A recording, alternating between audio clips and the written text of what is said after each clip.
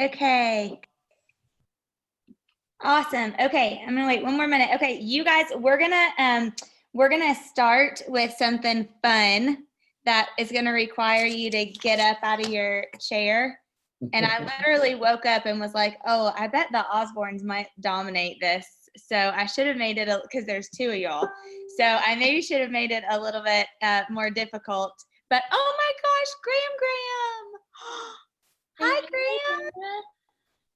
Say hi. Oh, well, my day's made. We're done. We can all go home.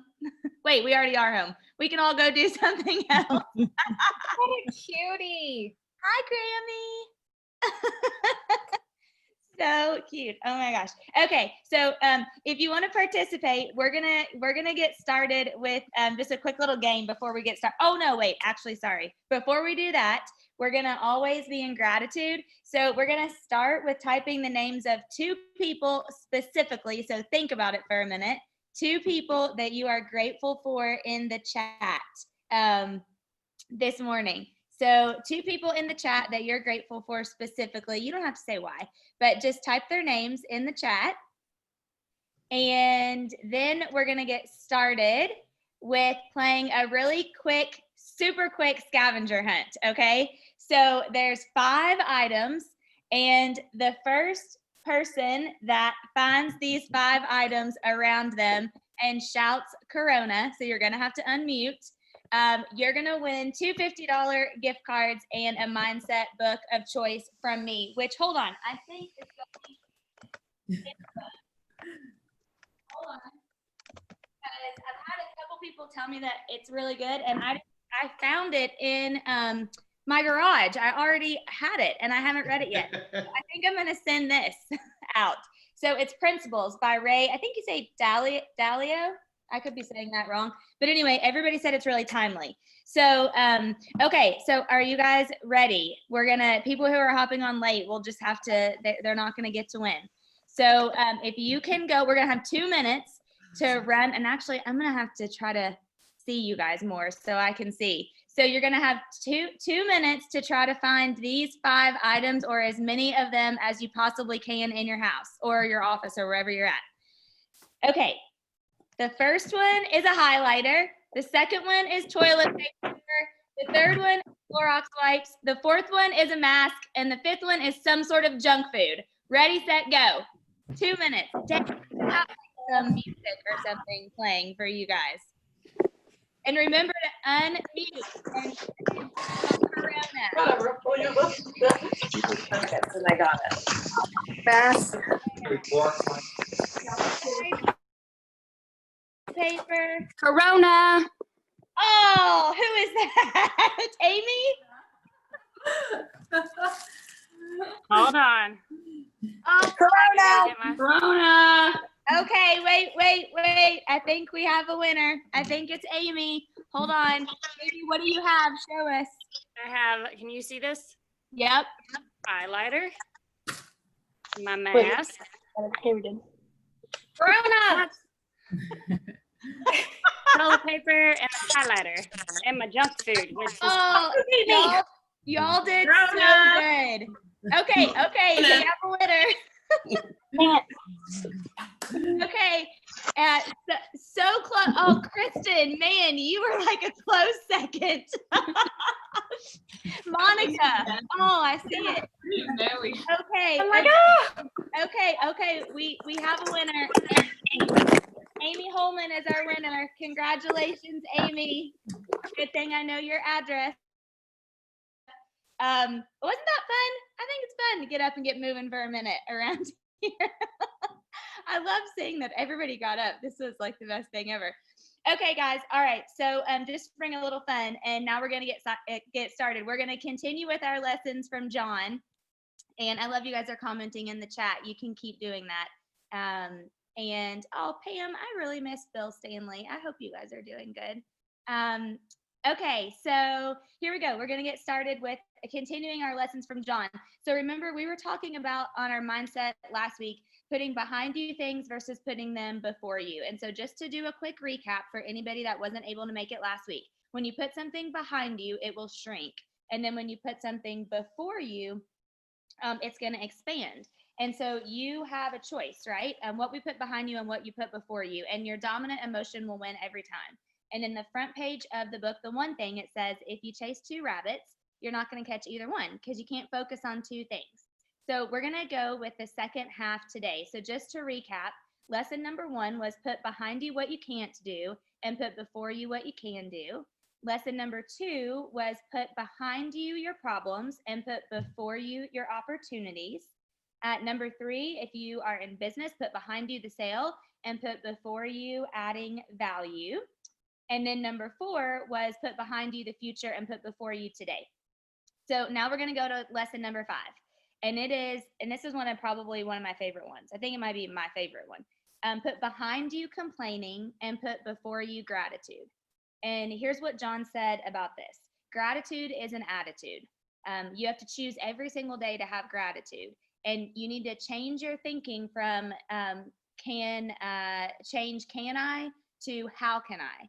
Because when you do this, you're looking for an answer, right? You're being solution-based instead of being lack-based, or instead of being sometimes a victim, honestly. So there is always an answer. And then this was one of my favorite things he said. You can't lead and moan at the same time. And I thought that was so good and so true. And I have a personal story. I had a leader one time that led me and was a mentor to me. And they complained a lot. And I looked up to this person so much, honestly, and really modeled after them a lot. And the complaining, quite frankly, got to be so much that it changed the way that I looked at that person. And it kind of made me not want to follow them, really, to be honest, because I was like, man, here I thought they were like, I like put them up on this pedestal, like they were the greatest thing.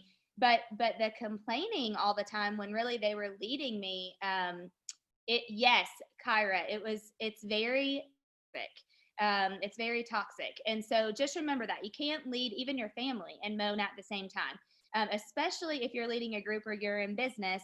Complain behind the door and then go out and lead with gratitude, because the reality is we all are going to have something that we can complain about every now and then, and rightfully so, right? Sometimes we just have things that get on our nerves or irk us, or situations that happen.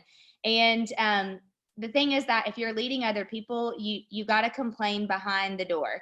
And so I don't know if he's even on this morning, but I'm going to tell a quick story about my partner and one of my best friends, Josh Epler. He, unfortunately, is my person I complain to. And so if I have something that I'm like, then he and I are so blessed. We tell each other all the time, we think God did this on purpose. His really, really good day will be my bad day. And my really, really good days are always his bad days. And so luckily we're on opposite ends of the spectrum. So if I'm having a really bad day, usually I'll call him and he's like, I'm here for it. Just give it to me. Just tell me everything that's going on. And he will like give me the best words ever. Yes, Dawn, like parenting. That's probably very true. Yes. And so it's funny that we're always on opposite ends of the spectrum, but I'm so grateful for him because he's the one that I complain to. So put behind you complaining and put before you gratitude. Lesson number 6 is put behind you the difficulties and how hard something is, and put before you progress. And so here's the thing with this. And John does this all the time, and I love when he does this. He says, guys, friends, that's what John calls everybody, friends, everything worthwhile is uphill. And I don't know if you guys can see me, but he puts his arm like all the way up there. He said, everything worthwhile is uphill. Everything in your life that you will want is that's worth having is uphill. However, in a crisis, it's steeper. It's like super steep. It's uphill, steep uphill. So everything you want in life is uphill. So you have to just remember that, and you have to think about progress and climbing the hill, because everything you want is in life is just outside of your comfort zone. And actually, Linda McKissick has these magnets that she mails to people, and I've been saying I wanted to copy them for like 3 years now and never have. But it's like, some of you guys have seen it, but it's probably like the circle, and it'll say like you are here, and then it has a dot outside of the circle, and it says your comfort zone, or no, everything that you want, and then this is your comfort zone. I can't remember, I don't have it in front of me, but everything that you want in life is just outside of your comfort zone. And the reality is that's where your growth is. So John challenged us on this call that I had with him. He said, to ask yourself, what did I do personally with myself and then with my business or with my kids or with my family, etc., that I actually got better after the crisis? And so I really want you guys to write that one down. And I want to challenge you to ask yourselves that. What did you do in one or more areas or categories in your life that you actually got better after the crisis? Because there are going to be a lot of things that are going to be difficult, and there are going to be a lot of things that are going to be hard and challenging. However, if you really think about being progressive in those things and putting before you what you can do and what progress you can have, then you might come out, you will come out of this on the other side and think, man, I got really better at whatever it is. I got really better at having patience with my kids. I got really better at exercising. I got really better at diving into my alone time and my devotion time every day, or whatever it is that looks like. And then John always says this, remember, the worst excuse is a good excuse, because we can make excuses for everything. And some of you guys know people like this, or you can think of someone who they just have an excuse for everything. And in their little defense, I don't even know that they're doing it. But I always say they have excuse-itis. There's an excuse always. And so remember, we can make an excuse for anything, but that's not going to help us move forward, especially with our mindsets. And John shared this Booker T. Washington quote, and so I wanted to make sure I passed it along to you guys. It says, I have learned that success is to be measured not so much by the position that one has reached in life, but by the obstacles that he has overcome while trying to succeed. And I think that's just such a great one, because remember also, what is the Albert Einstein quote? In the middle of difficulties is where the opportunity lies. So put behind you the difficulties and put before you the progress.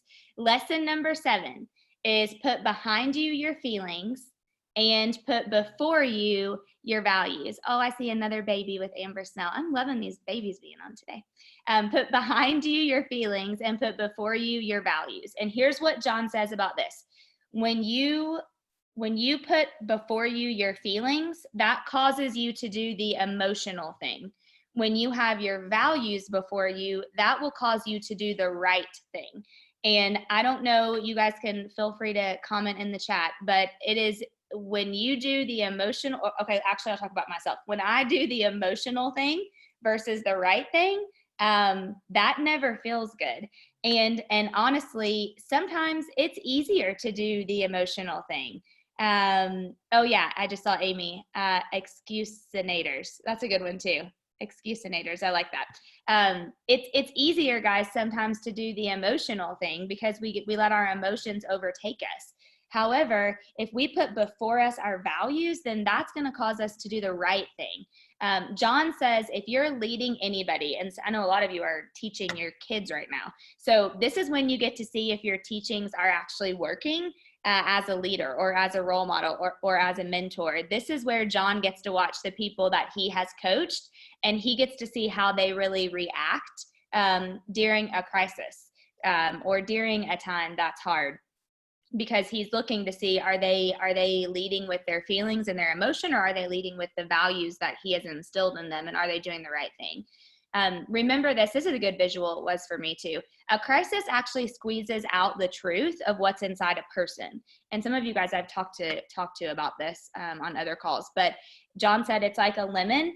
When you squeeze a lemon, you get lemon juice. When you squeeze an orange, you get orange juice. And so with a person. So when a person is squeezed or when they're pushed, what's inside of them will come out. And so think about that, because especially during a crisis, we're squeezed. A lot of us, might not be making as much money as we were making, or we might have been having this was going to be our best year ever, or opportunities that were coming may not come anymore. Or honestly, you might just be being squeezed because you're at home all day long with your family. I listened to something that this is going to be y'all's homework today, but I listened to 3 times yesterday because it was so good and I really want you to watch it. But I listened to something that Andy Stanley shared, and that's what I'm going to share with you guys today. But he said, some of you may be alone thinking, gosh, I don't know if I can go another week being alone. I'm looking on Instagram and Facebook and everybody has all these people around them. And then he said, some of you may be at home thinking, gosh, I just want to be alone. All these people around me and all these kids and all my family members, they're all driving me crazy. I just want to be alone. And so he said, think about everybody has like the opposite. Some people, you know, everybody's in a different spot. So do your words and your life match? And then I want to share with you guys John Maxwell's company's value statement, because for some people, they may think, you know, I don't really know what my value statement is. And honestly, we should all have one personally for ourselves. You could have a value statement for your family. You can have one for your business. If you work for a company, they may have one, and you may, you know, want to have another one. So I love John Maxwell's value statement. It's not on the PowerPoint, so I'm just going to read it to you. But he says, we are people of value who value people and add value to them. We are people of value who value people and we add value to them. And I think that's the best value statement. First of all, he gets points because he used the word value 3 times in his value statement, which is pretty hilarious to me. But they're people of value on his team, and they really value people, and they wake up every day and just want to figure out how they can add value to those people. So think about putting behind you your feelings.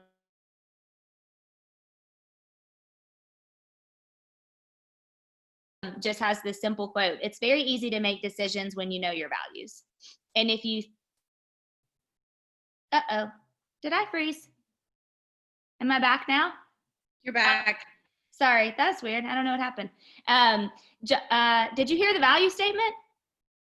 Okay. All right.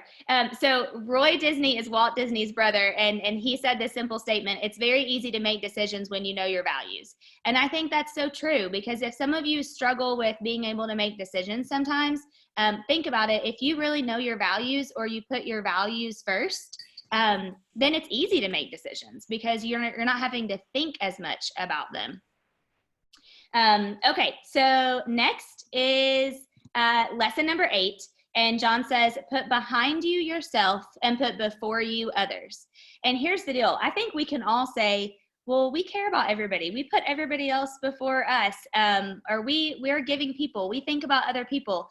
And the reality is sometimes it's easier to think that and to say that than it is to do that. So John says, put the people around you, put the people you lead, put the people who buy your product or come to your business. Always put those people first, no matter what. And he did say there's a caveat to that. Clearly, you do have to take care of yourself before you can take care of others. So don't forget that. He said, remember, it's like when you get on a plane, which I don't know if you guys are like me, but I've almost forgotten what it's like to be on a plane over these last few weeks. But he said, remember what they say on a plane. If the cabin loses pressure, put your mask on first before you help those around you so that you can be prepared. So you do have to take care of yourself, but then you have to put those people around you before you, meaning put them in front of you so that you can lead them better.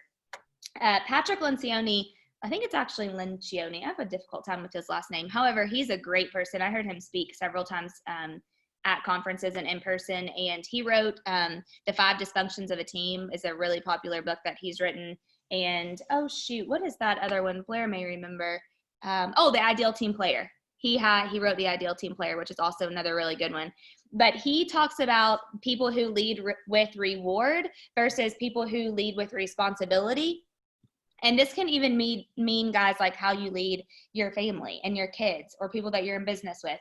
But he says people who lead with reward, it's always about themselves. People who lead with responsibility will always do what's best for the people that they lead because they have a greater sense of responsibility. As a leader, they feel like it's their responsibility to put the other people around them first. And if they think I'm leading because I want to be rewarded personally, then that's putting themselves before the people that they lead. And I want to share a really quick story with you guys. So Adam and I have some friends named Kelly and Tyler Dickerhoof, and they are in Spokane, Washington. They are we met them through John Maxwell events. They're do any of you do Isagenix? If you do, you would know them. They are I think they're the number 3 people in all of Isagenix. I don't know. I get really confused, honestly, with all that stuff because I don't know anything about it, but they're major in the world. So anyway, I was talking to her yesterday, and she did this coolest thing on her Instagram yesterday. And I just thought she took her daughter, and I wanted to share this story with you. You guys should follow her on Instagram and go, it may still be up. But basically yesterday, I guess, was National Random Acts of Kindness Day. I didn't know that until last night when I was looking at her stuff. And so she and her daughter took these big eggs, like golden eggs. I'm assuming they were from Easter. And they put $50 in, like a $50 bill in probably, I don't know how many of them, 10 or 20 of them. And then they put Starbucks cards in some. They put gift cards in some. They did all these things. Most of them had cash in them, honestly. They went all around their city and they hid these eggs all across town. And then they went on their social media and they would give like a hint to where the eggs were. She must have had, like, she had so many stories on her Instagram that like you couldn't even see the dots at the top, because she was resharing. Everybody was going and finding these eggs and these random acts of kindness all over their town in Washington. And I just thought, man, that's putting others before you. That's putting people before you and in front of you, because quite frankly, there's probably a lot of people in that town that are furloughed and they're not working or they're laid off, and $50 to them was a big deal, and probably bought their family dinner. And so I just thought that was like the best thing. So anyway, I messaged her last night. I'm like, girl, kudos to you. Like, this is awesome. This is one of the best things I've seen on social media all day, because sometimes we can get wrapped up in seeing a lot of negativity. And I just thought that was so great, because they put others before themselves. So then here's number 9, the last one. John says, put behind you who you were and put before you who you can be. Because we can I always say nobody's perfect but Jesus. So we've all made mistakes. We all continue to make mistakes every single day. So we can't think about who we were, even who you were yesterday. If you had a bad day yesterday and you yelled at somebody or you said something mean or whatever, put before you who you can be. Success teaches us nothing and failure teaches us everything. And John says that every single time that we have the privilege of hearing him talk. People connect with you through your weaknesses. Remember that. They may look up to you for your strengths, or they may idolize you because of your strengths, but they're going to connect with you through your weaknesses. You need to have some sort of growth bone in your body. John always talks about your growth bone. He says all the time, how can you always be growing? Think about that. No matter what you do every single day, no matter what your job is, or how many kids you have, or how busy you are, when you stop focusing on growing yourself and getting better for yourself, you risk getting in a rut. And remember, you have to do everything you can to avoid getting in a rut, because it is hard as heck to dig yourself out of a rut. So he talks about putting before you who you can be, thinking with a growth-based mindset. Always be growth and learning-based. Always be thinking, what can I learn? This is like transparent Dana, who has issues sometimes. I have sometimes issues with people who say that they don't like to learn, or they don't like to read, or they don't like to listen to podcasts. Because I'm like, how do you grow? How do you get your mind to work every single day? And how are you challenging yourself? Because it's not sometimes fun. And I'm not going to lie, sometimes I might read 3 pages and then I'm like sawing logs at the end of the night. But at least you're getting something and you're growing yourself. And so I want to share with you guys next. How much time do I have? Okay, we're good. I want to share with you next what John calls his greatest growth tools. And he uses these a lot. So John made a goal for himself. I believe it was in 2018. I think he shared this with us. Maybe it was in Beverly Hills. I can't remember when it was, but that he wants to, every single week, he wants to take somebody to lunch. And now he said he's having to do this like via Zoom. He's like having a Zoom lunch with people, and he wants to just ask them questions so that he can learn more and he can grow himself. And these are the 7 questions that he asks. And I think these are so awesome. So he will ask somebody, what's the most important lesson that you've ever learned? Because he wants to hear what their lessons are. Honestly, you can learn from other people's lessons, right? What's the most important lesson that you've ever learned? How has failure shaped your life? And here's what John says about this one. When you ask somebody how failure has shaped their life, if they don't have an answer for you, then they may have a little bit of a humility problem, because we've all failed. And you want to see where somebody's failed, because you want to see how have they grown from that failure? How did they come out of the failure? So how has failure shaped your life? 3 is, what are you learning right now? Like I loved asking Tyler. Adam and I did a podcast with Tyler and Kelly, the Isagenix husband and wife. And that was like one of the greatest things I couldn't wait for us to ask them was, what are they learning right now? Because I want to learn what other people are learning too. The fourth one is, what are you reading right now? And this is a big one. And honestly, if you could see how many books I have, oh my gosh, it's obnoxious. And I will read like 6 books at one time, because if I read one chapter and then I'm kind of like, nah, I'll go to another one and then I'll try to go back and pick that one up. Adam makes fun of me all the time. He's like, how do you even keep up with that? And I'll tell you a trick that Gary Keller says that he does is, if he reads the first 2 chapters of a book and he hasn't learned something new that he doesn't already know, then he doesn't finish the book, because he said there's no use in wasting the time in reading the book if he doesn't learn something new within the first part of reading it. So the 5th question is, what have you done that I should do? And I think this is such a fun one. What have you done that I should do? Because if somebody else is doing something, maybe you don't know about it or you've never thought about it before. Oh, wait, let me go back. What did Blair say? Sorry, I haven't been paying attention to the chat. Oh, Blair, my favorite thing that he said about the lessons learned is that every single person tells a story of a dark, hard time. That's so true. I forgot that, Blair. What a great reminder that hard times are often a blessing. And that is so true. Yes, yes, yes. I love that. That's such a good one. So number 5 is, what have you done that I should do? Number 6 is, who do you know that I need to know? And that's such a good one too. Think about that. Who do you know that I need to know?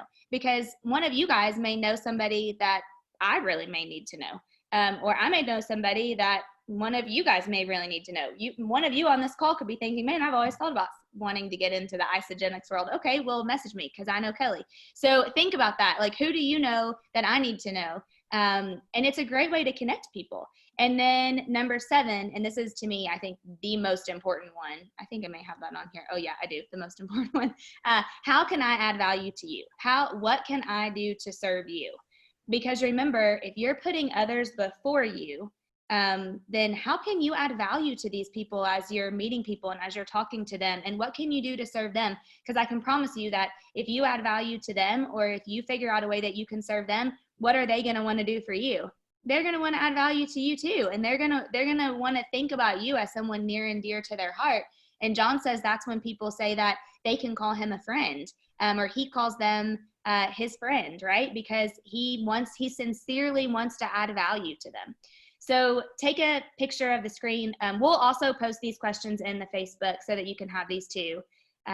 So I want you to think about, what are you going to put behind you today and start putting before you? Out of all the 9 lessons, and we'll recap them on the Facebook group, but which one maybe jumps out to you the most? Which one are you thinking, man, I really need to put the difficulties and how hard it is right now behind me, and I need to put before me the progress? Or I'm feeling like I'm an emotional wreck, and I may need to put behind me feelings and put before me my values so I can make decisions easier right now. So think about that. And then here's what I want you to do. Okay, if you are not a person of faith, that's okay. You should still watch this. If you are, you're going to love this. Because you will get so much for it. We're going to post the link, but I want you to go on YouTube and find, I promise you it'll be worth 35 minutes and 14 seconds of your time, How to Persevere in Tough Times from Andy Stanley. I'm not kidding you. I was driving yesterday for a long time. I listened to this 3 times in the car. Adam was like, are we listening to this again? I'm like, that means you need to listen to this again. So we're listening to this again for the 3rd time. It is so good, guys. I really want you to listen to this or watch it or listen to it or whatever, and come with some ahas. And we're gonna talk about it next week, because I'm a big Andy Stanley fan. I follow him a ton. And I normally watch him a lot, and I did not watch him this weekend. And my coach, Terry, texted me and said, oh my gosh, did you absolutely die over Andy this weekend? And I'm like, oh, I didn't watch it this weekend. She said, Dana, you've got to do it. So anyway, yesterday, that's what I did. And it was really, really good. So go find this. We'll post it too. So watch that. Don't forget to send your handwritten postcards, and then invite someone you care about to the Facebook group. Or if you are not already on there, go join, because that's where we're posting all of this stuff so that you guys can have it and share. And then just remember, you should always astound others with your generosity. John said that last year when we were in London, and I just thought, man, that is such a good statement. You should always astound others with your generosity. People should be like, man, I'm trying to just see who I can picture right now. Actually, Todd Paxton, you're who I see. Thanks for being on. People should be like, man, Todd Paxton, and I do this with Todd. He astounds me with how generous he is to other people and how he is always willing to give and serve. Always, always, always. You really are. So that was a sign that your face popped up. But just remember that you should always astound others with your generosity. And so right on time. Oh, 1 minute late. That's it. That's what I have, guys. I didn't get to look in the chat, so sorry if you had questions. Thank you guys so much for being on. Share with a friend. I hope this gave you a good mindset today. We'll post everything in the group. Let me go back really fast. How do you retain all the info you're learning while you read, listen? I'm a crazy note taker, Annabelle. Like, my notes are psychotic. If you could see my note, like, I am crazy. I have like notes for notes for notes. So I think that's why I believe when you write something down, you retain it like 80% more or something like that. So I'll write stuff down like crazy numerous amount of times. Oh, Dee, oh my gosh, thanks for being on. Okay, thank you guys. Go crush the rest of your week. Have a great week and go be generous. Thanks, guys. See ya. Christina. Bye, guys. Thank you. Thank you. You. Thank you.